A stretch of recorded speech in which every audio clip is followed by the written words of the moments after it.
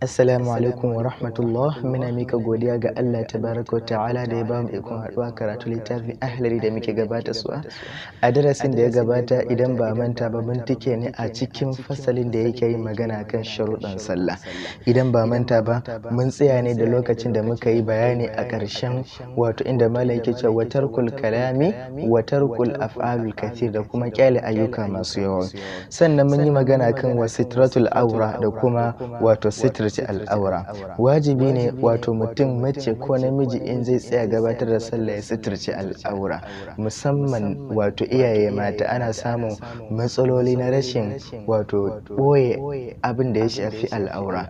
A karatun can muka ce wa auratul rajuli, al'auran shi ɗa namiji, ma baina surrati wa rukbatayn, ababen da yake tsakanin cibiyansa zuwa gwiwansa. Wa'annan su ne ababen da wajibi ne ya rufe su idan zai yi sallah.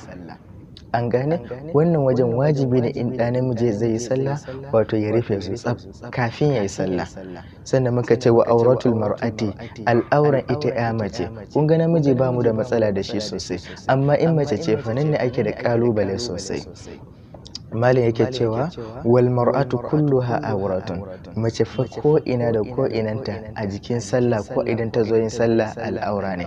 Ma adal wajha wal kaffain, in banda wato fuska da kuma tafuka guda biyu. Wa'annan ne su ne kadai inda wato an yarda mace ta bude kamar yadda ake gani. Na'am, wannan kadai shine inda aka yarda mace ta bude idan har za ta yi sallah. Kuma bayan nan gabaki ɗaya rufe jikinta za ta yi. An gane? A tsaya a kiyaye sosai a saurari darussukan nan saboda abin da ya shafi sallah ba karamin abu bane, kamar da zamu bayani a ita karan kanta sallah insha Allah ta'ala.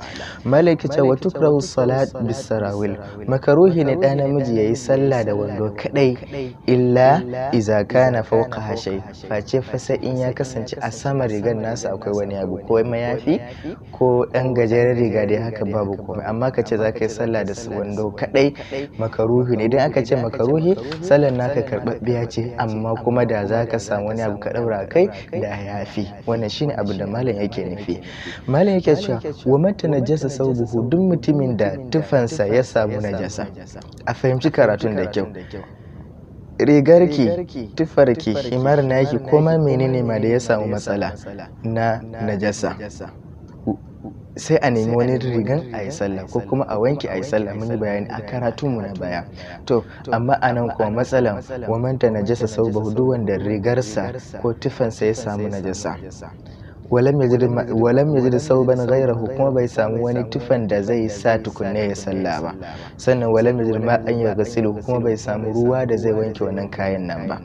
Malam ya ce aulam yakun indahu ma yalbisu, ko dai ba shi da wani kayan da zai replacing, bai da wani kayan da zai saka a madadin wannan kayan, hatta ya gisilahu, har wanda zai sa wannan kayan kafin ya waje wanke wancan kayan duk bai samu ba. Ya yi iya wato kokarinsa bai samu kayan da zai sa a madadin wannan kayan, kuma wannan kayan najasa ta same sa, ya rasa yadda zai yaya zai. Sai malam ya ce kuma wa khafa khurujal waqti, kuma yana jin tsoron fitar lokaci, yaya zai. Wa'annan sharuɗan gabaki ɗaya sun haɗu, to salla bi najasatihi, kuma ga lokaci zai fito, to sai ya salla koda da najasar a jikinsa. Ana nufin kayan ka ɗaya ne tak, kuma sai kayan najasa ya same shi, kuma ka nemi wani kaya ka rasa, kuma ka nemi ruwan wankewa ka rasa, kin nemi ruwan wankewa kin rasa, baki da kayan da zaki saka ko da gajere ne kafin ki wanke wannan kayan babu, kuma kina jin tsoron lokaci zai fita. A nan wajen an yarda mutum ya sallah da najasarsa. An gane? Sallah bi najasati, sai mutum ya sallah da najasarsa.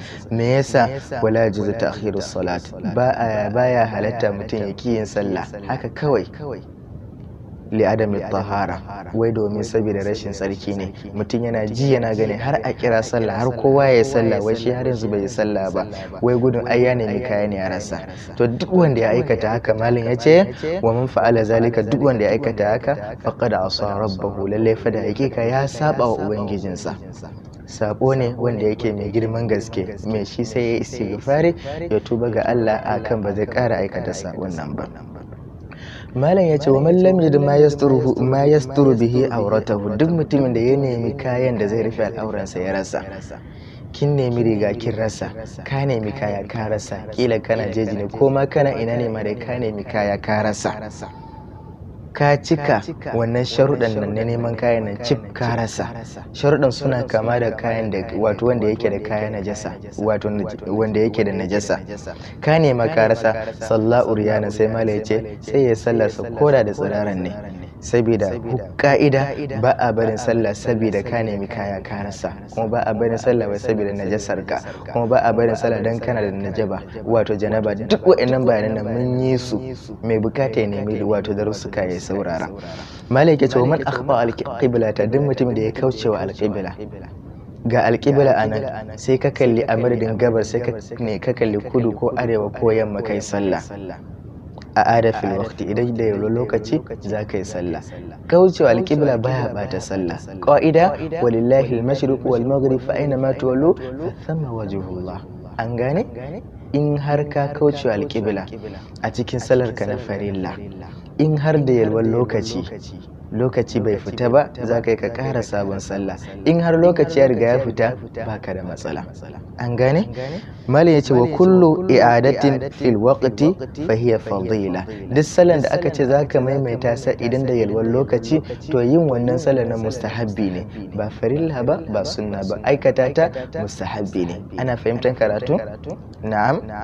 Wa kullu ma tu'adu minhu salatu fil waqti, duk sallar da aka ce za ka maimaita sa a lokaci, idan da yalwan lokaci aka ce za ka maimaita to fala tu'adu minhu, ba za a maimaita wannan sallar nan ba in ta kasance a nafila ce.